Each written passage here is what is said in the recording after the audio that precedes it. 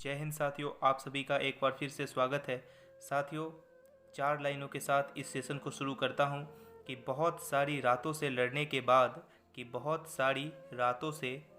बाद वो रात आती है जब लोग कहते हैं कि इश्क की किस्मत रातों रात बदल गई। तो ये 4 पंक्ति आप सभी को समर्पित है, जितने भी लोग डिफेंस लवर हैं, जो भी लोग NDA, air force, navy, coast guard, RBGD हो, एसएसबी हेड कांस्टेबल मिनिस्ट्रियल हो या एसएससीजीडी की तैयारी कर रहे हैं, उन सभी को ये 4 लाइनें समर्पित है। और साथियों, कल हम लोगों ने फिजिक्स का पार्ट 4 किया था। ग्रेविटेशन के कुछ इंपॉर्टेंट क्वेश्चन कल हम लोगों ने देखे थे। साथियों, उसी को हम लोग आगे बढ़ा रहे हैं। अगर आपने मिस किया है तो आप लोग जाकर प्लेलिस्ट बना हुआ है फिजिक्स के नाम से, मॉक टेस्ट से, तो आप लोग ज़रूर देख लीजिएगा, ठीक है। तो आज का हम लोग सेशन शुरू करते हैं साथियों। कल हम लोगों ने 10 क्वेश्चन किए थे और आज 11वां क्वेश्चन से शुरू करते हैं साथियों। 44 नंबर क्वेश्चन है। टोटल हम लोग 1000 सीरीज कर रहे हैं, उसमें 44वां नंबर क्वेश्चन है कि if radius is decrease by 1%, find percent change in G if density is equal to constant. ये क्वेश्चन है साथियों और ये एग्जाम में आया हुआ क्वेश्चन है। ऐसे क्वेश्चन को कैसे बनाएं ट्रिक्स के साथ भी मैं बताऊंगा। उससे पहले मैं एक चीज़ बता दूं आप सभी को। सबसे पहले हम लोग को कोई भी क्वेश्चन अगर सॉल्व करना है फिजिक्स में तो हम लोग को उसका फॉर्मूला याद रखना चाहिए। नेवी में साथियों बहुत सारे न्यूमेरिकल 7 से 8 न्यूमेरिकल पूछे जाते हैं और एयरफोर्स में 3 से 4 पूछे जाते हैं, ठीक है। तो उस हिसाब से हमें कुछ ऐसे टॉपिक हैं जिनका न्यूमेरिकल एकदम 100% आता है। ग्रेविटेशन हुआ, थर्मोडायनेमिक हुआ, उधर इलेक्ट्रोस्टैटिक्स हुआ। तो इस सारे टॉपिक को न्यूमेरिकल हम लोग को अच्छी तरीके से बनाना है और जो मैं न्यूमेरिकल करा रहा हूँ यही साथियों इसका बेस है, यहीं से पूछने की पूरी तरीके से उम्मीद है साथियों। तो साथियों, सबसे पहले मैंने अपना नोटबुक आप लोग के समीप रखा है और मैं इसका पीडीएफ भी दे चुका हूँ टेलीग्राम पर। आप लोग अगर नहीं ज्वाइन है तो ज्वाइन हो जाए, लिंक डिस्क्रिप्शन में मिल जाएगा। देखिए, एक फॉर्मूला तो साथियों ये होता है कि G is equal to G M by R square, ठीक है। G is inversely proportional to R square if m is equal to constant. जब मास कॉन्स्टेंट रहेगा तो हम लोग इस फॉर्मूला का यूज करेंगे, ठीक है। और G इज इक्वल टू होता है G इंटू 4/3 पाई आर रो मतलब डेंसिटी।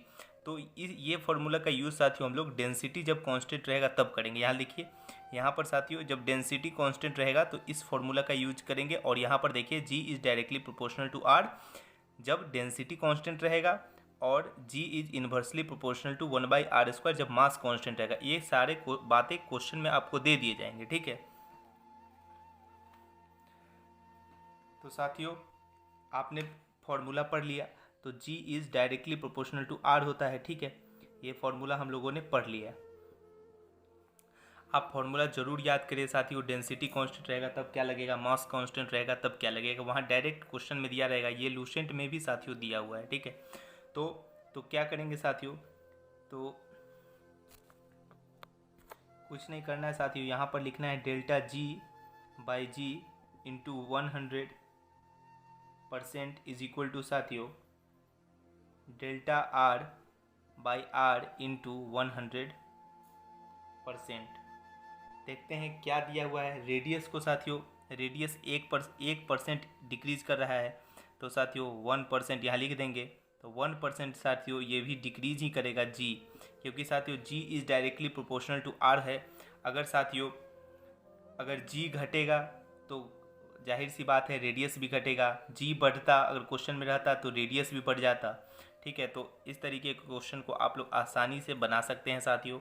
अगर मैं एक चीज़ मान के चलता हूँ, अगर ये क्वेश्चन रहता साथियों, अगर यहाँ पर डेंसिटी ना दे के मास को कांस्टेंट कर दिया जाता तो मैं दोनों टाइप का क्वेश्चन बताता हूँ।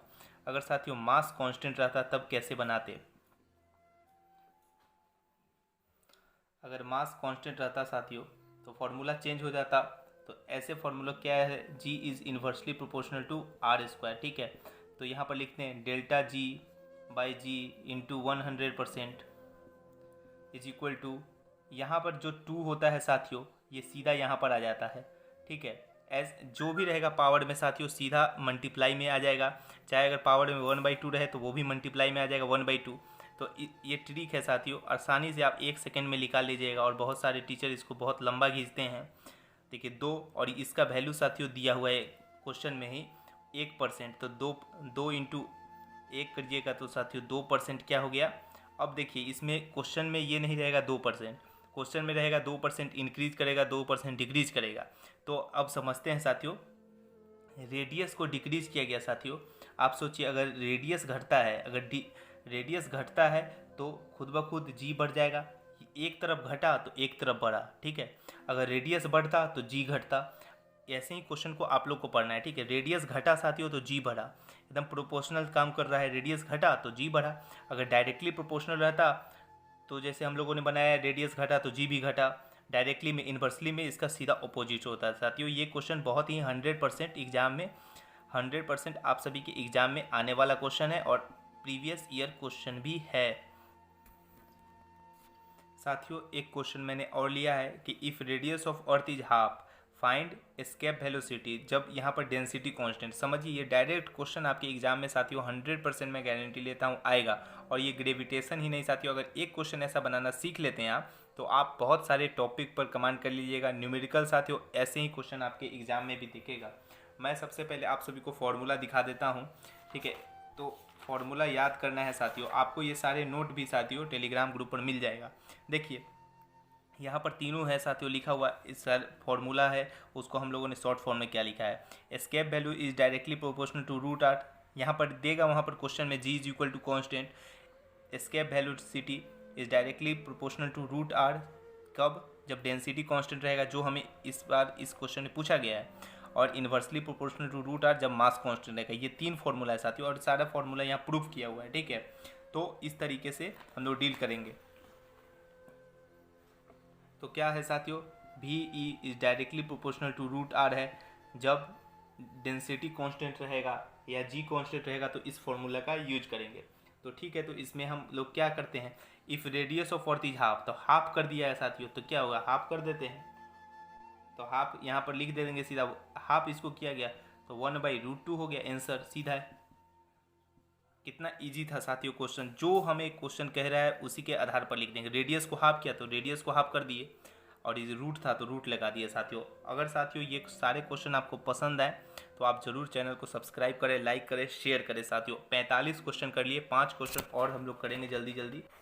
अब साथियों हम लोग आ गए हैं अपने कॉपी पर, ठीक है। अब हम लोगों ने 45 क्वेश्चन किए साथियों। अगर आप सीरियल वाइज कीजिएगा तो हर ये 12-13 है, इसको भूलना पड़ेगा आपको। 45 था और अब 46वां क्वेश्चन हम लोग कर रहे हैं, ठीक है। नंबरिंग गलत हो गया है कि पृथ्वी के केंद्र पर गुरुत्वीय त्वरण का मान क्या होगा। मतलब कि पृथ्वी के केंद्र पर आपको सीधा बताना है, ठीक है। तो आप सभी जानते हैं क्या होता है इसका आंसर, तो हम लोग अगर मुंह पर भी खोले तो शून्य आंसर होगा। और ये लूसेंट का भी क्वेश्चन है साथियों, ऐसे क्वेश्चन आएगा। उसके बाद क्वेश्चन नंबर 46 हो गया। 47 देखते हैं, तुल्यकाली उपग्रह का आवर्तकाल क्या है। तुल्यकाली मतलब हो गया साथियों जियो स्टेशनरी सैटेलाइट की मैंने बात किया है कि आवर्तकाल क्या है, मतलब टाइम पीरियड उसका पूछा गया था। आप सभी को पता है, मैंने इसका पोल में भी आंसर लगाया था, पोल में भी दिया था, तो आप लोगों ने 24 आवर्स अधिकतर लोगों ने लगाए हैं, ठीक है। अब देखते हैं एक और क्वेश्चन हम लोगों के सामने साथियों है कि पृथ्वी की त्रिज्या r, इसका कोणीय वेग ओमेगा तथा ध्रुव पर गुरुत्वीय त्वरण का मान g है। अक्षांश lambda is equal to 60 degree पर गुरुत्वीय त्वरण का प्रभावी मान होगा। ये हम लोगों को बताना है, ठीक है। तो इसका फॉर्मूला मैं आपको सबसे पहले बताता हूँ कि लेमडा वाला का फॉर्मूला क्या होता है, डायरेक्ट याद करना है आप लोग को साथियों। आप अगर नोट्स को PDF के फॉर्म में लेना है तो आप टेलीग्राम पर ले लिए, सारा लिखा हुआ है, ठीक है। तो G' equal to G minus R omega square cos square theta है, फॉर्मूला है, तो आपको एक झलक मार लेना है, ठीक है। तो हम लिख लेते हैं G' is equal to G minus R omega square. देखिए, और यहाँ पर लेमडा साथियों हम लोग को दिया हुआ है 60 डिग्री, तो cos 60 का मान आप लोगों को पता है 1/2 होता है, तो 1/2 का स्क्वायर क्या हो गया 1/4। देखते हैं ऑप्शन है कि नहीं है ऐसा ऑप्शन कोई साथियों। तो हम लोग आगे हैं G minus 1/4 R omega square, साथियों शायद हम लोग को मिल गया, ठीक है। ऑप्शन ए ही है साथियों, G minus 1/4 R omega square. कितना इजी था क्वेश्चन साथियों, और इस तरीके के क्वेश्चन बहुत एग्जाम में पूछेंगे। क्वेश्चन नंबर साथियों 45 हुआ, 46, 47, 48 हो गया। 49 चलते हैं साथियों, escape velocity thrown from the surface of earth velocity has to energy. साथियों मैं उम्मीद करूंगा इस क्वेश्चन का जवाब आप सभी पोल में ज़रूर दीजिएगा साथियों, या फिर आप ज़रूर कमेंट बॉक्स में बता सकते हैं कि इसका आंसर क्या होगा। आप लोग ध्यान से क्वेश्चन को पढ़ लें। उसके बाद मैं बात करता हूं क्वेश्चन नंबर 50 आज का साथियों। Escape velocity of moon is क्या होता है। तो मैं इसको आपको रटवा दूं या क्या करूं, मैं बता देता हूं। साथियों, आप जब नोट्स को डाउनलोड कर लीजिएगा तो सारा चीज़ आप लोगों को मिल जाएगा। 2.38 किलोमीटर पर सेकेंड, ठीक है। सारा चीज़ लिखा हुआ है A to Z कि escape velocity of moon is क्या होगा, सारा चीज़ आपको मिल जाएगा। उसके बाद मैं बात करूँ the time period of nearest satellite to earth is, ये भी बहुत ही इंपॉर्टेंट क्वेश्चन है, आज का 51 नंबर क्वेश्चन है साथियों। और मैं इसका भी आपको बता दूँ, इसका आंसर है the time period of nearest satellite of earth is, इसका आप लोग लिख सकते हैं 7.16 मीटर पर सेकेंड, ठीक है। और नियरली आपको आंसर में 8 दिख जाएगा, आपको 8 किलोमीटर पर सेकेंड दिख जाएगा।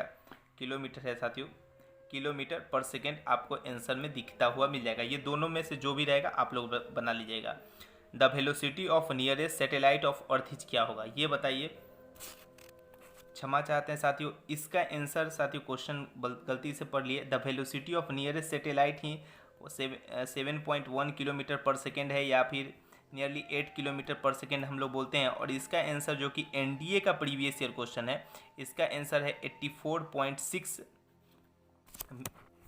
यहाँ पर मैंने मिनट नहीं देखा साथियों, 84.6 मिनट इसका आंसर है। इसके लिए मैं क्षमा चाहता हूँ, ठीक है। तो the time period of nearest satellite to earth is 84.6 metre per second. उसके बाद the velocity of nearest satellite of earth is 7.16 kilometre या फिर 8 किलोमीटर आंसर आएगा, तुम बना दीजिएगा। Escape velocity of moon is 2.38 kilometre per second. इसका आप सभी को पोल कमेंट बॉक्स में बताना है कि escape velocity thrown from the surface of earth velocity has to energy sum of potential energy plus kinetic energy होगा, या ओनली पोटेंशियल एनर्जी होगा, या ओनली काइनेटिक। इसका साथियों मैंने बता दिया, इसका फॉर्मूला आप लोग याद कर लीजिएगा, ठीक है। उसके बाद मैंने इसका बता दिया जियो स्टेशनरी सैटेलाइट का क्या होता है, पृथ्वी के केंद्र पर गुरुत्वीय त्वरण का मान क्या होता है, सारे बता दिए हैं। इस सारे क्वेश्चन को मैंने सॉल्व करना भी आप लोगों को सिखा दिया है। और कल भी हम लोगों ने जितना लिखा था केपलर सेकेंड लॉ, ठीक है। ए पर्सन है मैक्सिमम वेट कहाँ होता है, मिनिमम कहाँ होता है, अर्थ अगर रोटेट स्टॉप कर देता है रोटेटिंग तो पोल और इक्वेटर पर क्या क्या इफेक्ट होता है, कस्टमर को कहाँ फ़ायदा होता है, जी पोल्स माइनस जी इक्वेटर भी मैंने कल बताया, जी का मान, जी का एसआई मात्रक, if distance between two body double then force में बता दिया। उसके बाद वी नॉट और वी में अंतर बता दिया, ठीक है। इतना सारा क्वेश्चन आप कर लिए और एक सेशन और लेंगे साथियों, उसमें पूरा कंप्लीट कर देंगे ग्रेविटेशन। साथियों अगर वीडियो आपको पसंद आए, थोड़ा भी लगे कि मुझे हेल्पफुल मिला, तो आप जरूर इस वीडियो को लाइक कर सकते हैं, शेयर कर सकते हैं अपने साथियों के साथ, और कमेंट बॉक्स में जय हिंद लिखना ना भूले और उस क्वेश्चन का जवाब ही लिखे। अगर चैनल पर नए